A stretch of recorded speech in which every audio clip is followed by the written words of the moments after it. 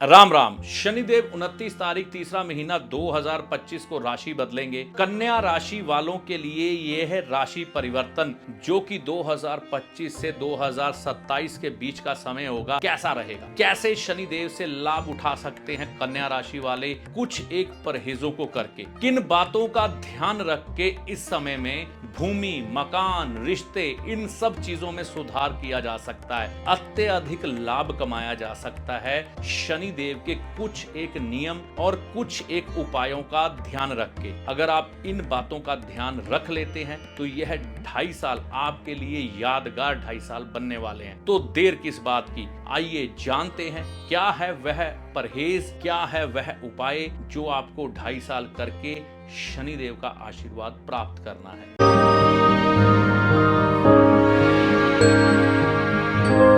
नमस्कार, मेरा नाम है पंडित अरविंद तिवारी। इस चैनल पर अगर आप आज पहली बार आए हैं तो इस वीडियो को देखने के बाद चैनल को सब्सक्राइब करके जाइएगा। कन्या राशि वाले शनि राशि परिवर्तन का लाभ कैसे उठाएं? यह राशि परिवर्तन होगा 29 तारीख तीसरा महीना 2025 को। इस समय को हम किस तरह से ऐसा बना लें कि शनिदेव लाभ दे। देखिए, शनिदेव वैसे तो प्रतिनिधित्व करते हैं दुखों का, लेकिन साथ साथ इनके पास कुछ विशेष शक्तियां भी हैं। जैसे कि किसी व्यक्ति को अगर अथाह धन चाहिए तो वह शनिदेव देते हैं। कारण क्या है? काल पुरुष की कुंडली के अनुसार 11 नंबर की जो राशि है वह लाभ भाव में आती है, शनि की राशि है।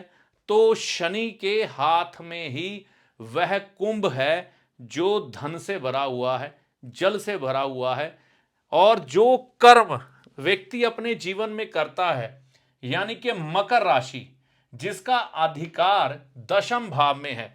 वैसे तो दशम भाव के कारक और भी ग्रह हैं, सूर्य है, बुध है, बृहस्पति है, लेकिन शनिदेव का सबसे ज्यादा अधिकार है दशम भाव में।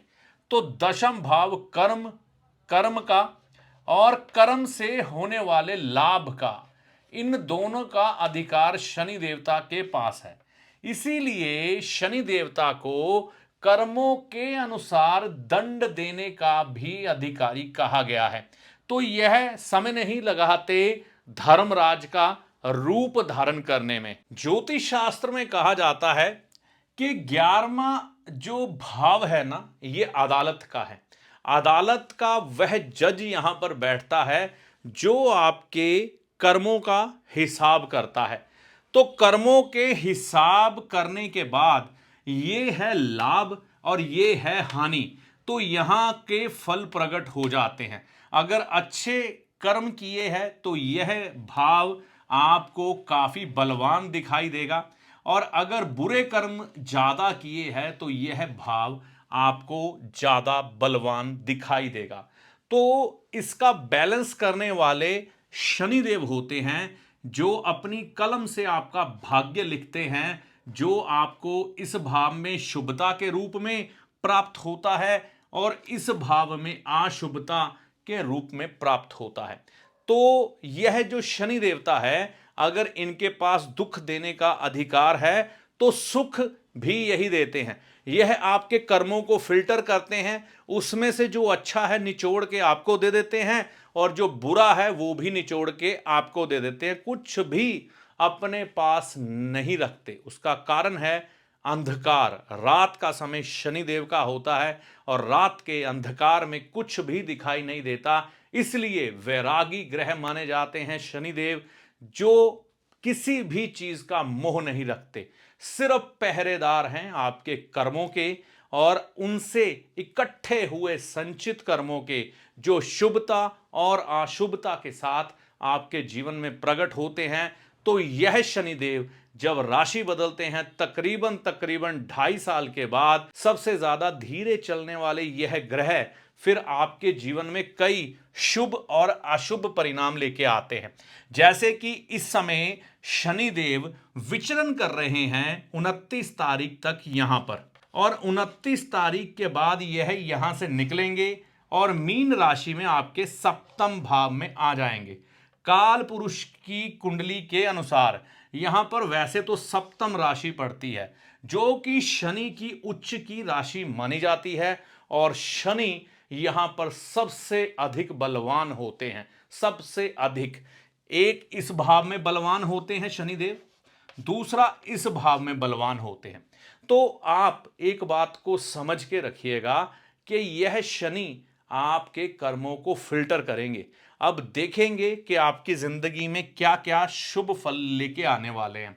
देखिए, यहां पर शनि कन्या राशि के लिए पहले क्या रिश्ता निभा रहे हैं, कन्या लगन। हाँ, यहां पर कन्या लगन और कन्या राशि दोनों व्यक्ति अपना भविष्य फल देख सकते हैं। अगर कोई नाम कुंडली के अनुसार अपनी राशि कन्या मान के बैठा है तो वो भी देख ले।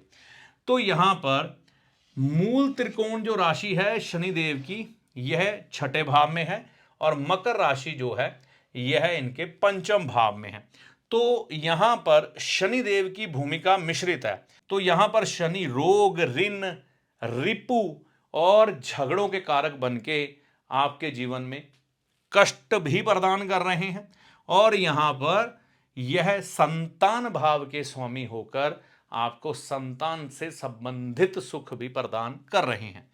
तो हमने यह समझना है, यह शनिदेव जब सप्तम भाव में आएंगे तो जीवन साथी से मन मुटाव की संभावनाएं देंगे, कुछ एक रोग प्रकट करेंगे, ये धन देने की शक्ति भी आपके पास रखते हैं।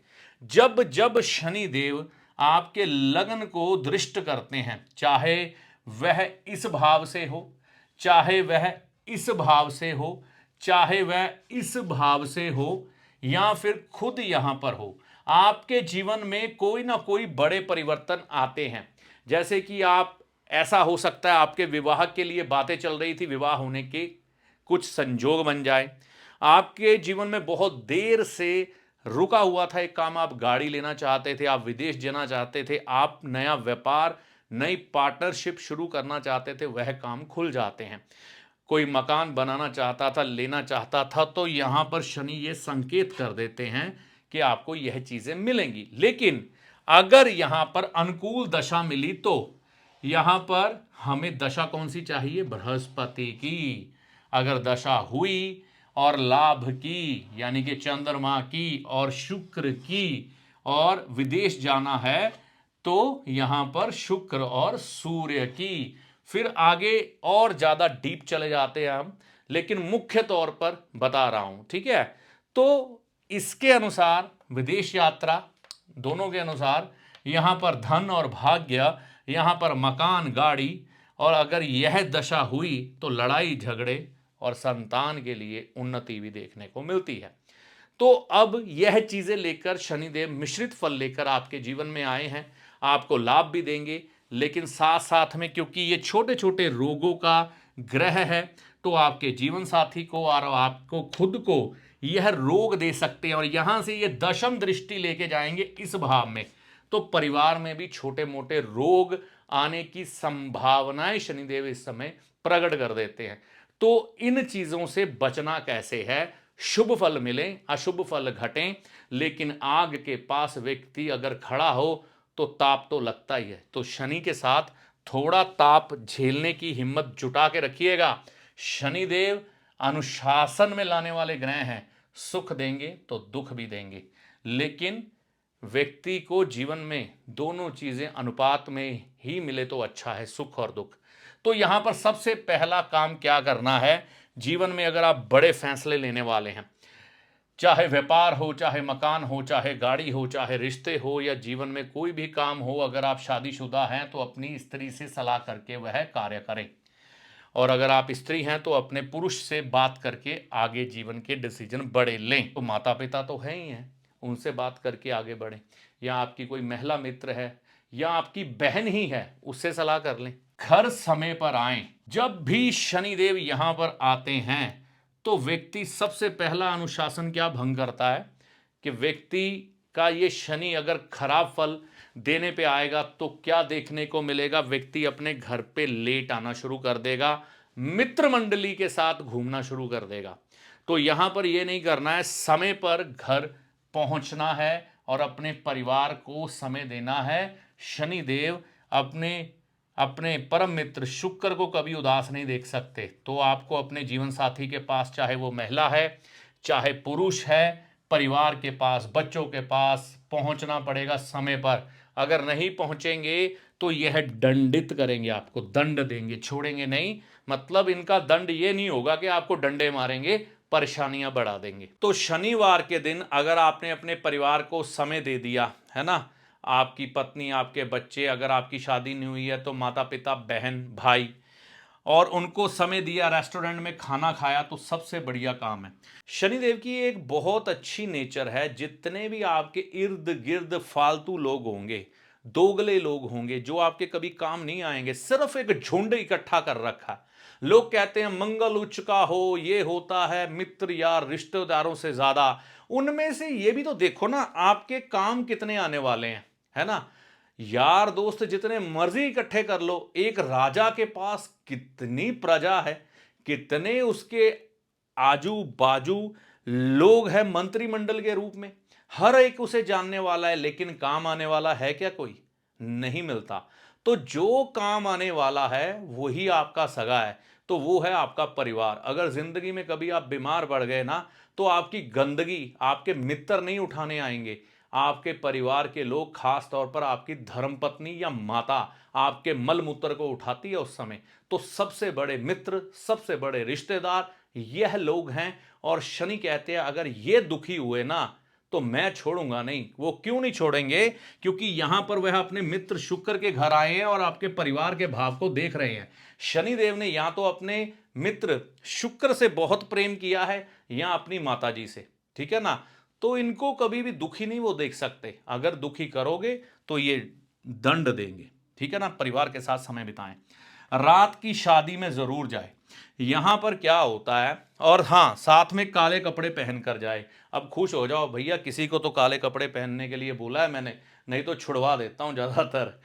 तो क्या होता है, कई बार किसी रिश्ते से मनमुटाव होता है, व्यक्ति को शादी आएगी, खास तौर पर कई बार शुक्रवार की शादी आ जाती है, व्यक्ति कहता मैं नहीं जाऊंगा। खास तौर पर जो मैंने अनुभव किए हैं कुछ एक लोगों की पत्रिकाओं में, व्यक्ति के पास काम करने वाला कोई लेबर का व्यक्ति, कोई ऐसा व्यक्ति जो आपके मोहल्ले में है लेकिन गरीब है, आप उसको अपने लायक नहीं समझते कि भाई ये तो बहुत निम्न क्लास का है। आपकी काम करने वाली बाई, उसके घर में किसी की शादी होती है, इन लोगों ने बड़े सम्मान के साथ आपको बुलाया होता है कि हमारे बाऊजी हैं ये, है ना। तो ये आएंगे शादी में, उनको अच्छा लगेगा, लोगों को रुतबा दिखाएंगे कि हाँ भाई देखो हमारे बाऊजी हमारी शादी पर आए हैं आशीर्वाद देने। पुराने समय में बहुत लोग जाया करते थे अपनी लेबर की शादी में, और वहाँ दान पुण्य भी करके आते थे, खर्चे उठा लेते थे खाने पीने के। आज के लोग जो है ना, थोड़े थोड़े से अकड़खोर है ना। अरे लेबर क्लास की नौकरी करने वाला व्यक्ति, मैं वहाँ जाऊँगा तो मेरी शान खत्म हो जाएगी। अगर तुम्हें कोई सम्मान दे रहा है वो भी खुद शनिदेव, तो जाओ। तो व्यक्ति नहीं जाता। तो मैं ये कहता हूँ, आपका रिश्तेदार हो, आपकी लेबर हो, आपके मोहल्ले का कोई गरीब व्यक्ति हो, उसकी रात की शादी हो तो ज़रूर जाएं काले कपड़े पहन के। दिन की शादी हो तो भी जाएं, लेकिन काले कपड़े पहन के ना जाएं। मांस अंडे का परहेज करो, शराब पीनी छोड़ दो अगर अच्छी ज़िंदगी चाहते हो। नहीं तो अपने बुढ़ापे के लिए थोड़ा बहुत धन बचा लो, बर्बाद होने वाले हो। उसके बाद जितने भी अंडे उंडे खाने वाले हैं ना, ये सब बेचारे लटक जाते हैं। उदाहरण फॉरेन की दी जाती है, वहाँ तो लाइफ इंश्योरेंस है, गवर्नमेंट उनके खर्चे उठाती है।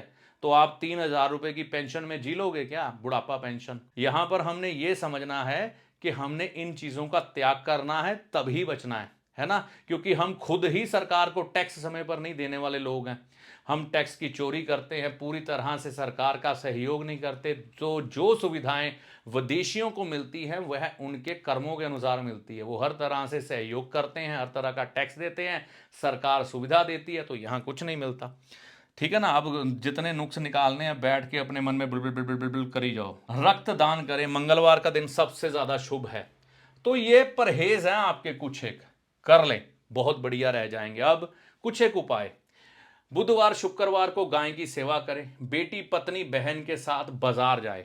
तो यहां पर क्या है, बेटी है ना, अगर आपकी है तो बहुत बढ़िया, नहीं तो बहन, ठीक है। या फिर पत्नी की बहन के साथ बाजार जाएं, शॉपिंग करके आएं कपड़ों की, यहां पर खास तौर पर देखो शनिदेव आपको कैसे प्रसन्न करते हैं उसके बाद। तो ये चीज को समझना है। गहने जरूर खरीदें, अगर आप थोड़ा सक्षम है ना तो गोल्ड के गहने जरूर लें, ये आपके लिए काफी बढ़िया हो जाएगा। देखो यहां पर बेटी बहन या पत्नी की बहन के साथ बाजार किस दिन जाना है, शुक्रवार के दिन या बुधवार के दिन, है ना। और गहने ये शुक्रवार के दिन, लक्ष्मी का दिन है तो हम शुक्रवार के दिन जाएंगे। पहाड़ की सैर परिवार संग जरूरी, इसके बगैर तुम्हारी जिंदगी है अधूरी, अगर ये नहीं की तो। पहाड़ की सैर, पहाड़ है शनि, है ना। परिवार, परिवार बहुत से ग्रहों से जुड़ता है, परिवार शनि से भी जुड़ता है, परिवार केतु से भी जुड़ता है, परिवार चंद्रमा से भी जुड़ता है। तो परिवार के साथ जाते हैं तो शनिदेव प्रसन्न होते हैं, आशीर्वाद मिलता है। मूवी देखें शुक्रवार को, नई मूवी रिलीज हुई हो और ये कोई पारिवारिक फिल्म हो, लड़ाई झगड़े वाली नहीं, पारिवारिक फिल्म हो, शुक्रवार के दिन रिलीज हुई हो या लव स्टोरी हो, अपने परिवार के साथ शुक्रवार को फर्स्ट डे देख के आओ। मतलब रात का शो देखें, मैंने कहा आनंद आ जाएगा। आप देखोगे कि जीवन में कैसे आपके जीवन में हालात अच्छे होते हैं। देखो ज्योतिष में ना बकवास बातें हैं वो सुनने की कोशिश मत करो। ज्योतिष में जिसने तो करनी है ठगी, वो तो कहेगा धन की बरसात होने वाली है, बोरियां लगा दो, बड़े बड़े ड्रम रख लो, पैसा ऊपर से गिरेगा, भर के अंदर रख लेना। और जो ज्योतिष को अच्छी तरह से समझता है तो ज्योतिष आपके कर्म की वह भूमि तैयार करके देता है आपको, जिस पर हल आप चलाते हैं और उसकी फसल आपकी औलादें खाती हैं, ये बात समझिएगा, या कुछ हद तक आप भी खाते हैं। तो ज्योतिष में आपको कर्म सुधारने का अवसर मिलता है ज्योतिषीय परामर्श के अनुसार, ना कि शेख चिल्ली के सपने। नोट आएंगे बरसेंगे शेयर बाजार, दड़ा सट्टा लॉटरी, शराब पी लो, अयाशी कर लो, इसके ऊपर कितनी लड़कियां मरेंगी, मेरा बॉयफ्रेंड कैसा होगा, मेरी गर्लफ्रेंड कैसी होगी, बेड़ा गर्क होगा, ठीक है ना, और कुछ नहीं होगा।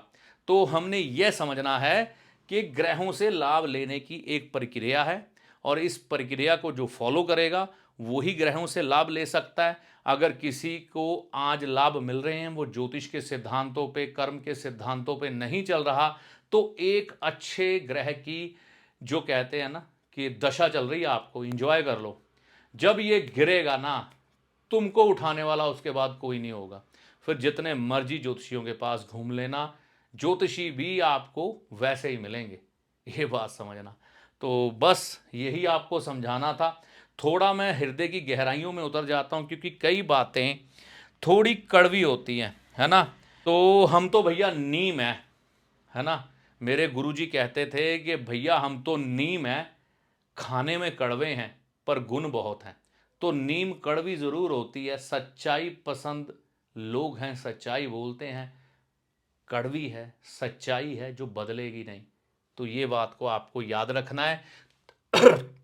कन्या राशि वाले शनि राशि परिवर्तन का लाभ कैसे उठाएं, यह वीडियो इस पर था। लंबे समय से अगर आपकी कन्या राशि है, कन्या लगन है, आप तकलीफें झेल रहे हैं, तो किसी भी आप अपने शहर में या कहीं भी किसी के पास, हम किसी का प्रमोशन नहीं करते, आप जाइए और अपनी जन्म पत्रिका दिखा के अपने ग्रहों को ट्यून करिए ताकि आपको भी ग्रहों के लाभ की अनुभूति हो।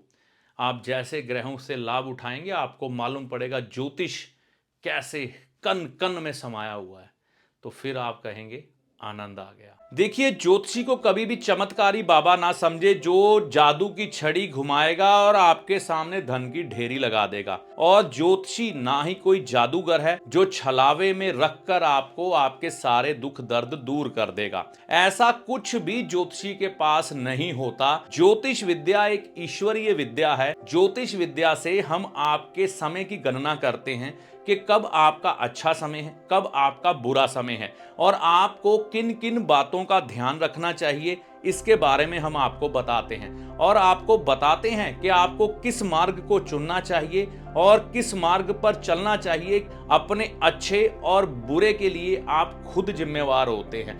ज्योतिष के किसी भी शास्त्र में आपकी किसी भी तकलीफ को दूर करने के लिए कोई भी गारंटी नहीं दी गई है, कोई भी दावा नहीं किया गया है। सिर्फ आपको एक पथ दिखाया गया है, आप उस पथ पर चलें, उपाय करें, सारी समस्याओं का समाधान ईश्वर की कृपा से होता है। मैं अपने किसी भी वीडियो में कोई भी दावा नहीं करता हूं, क्योंकि ज्योतिष में दावे है ही नहीं।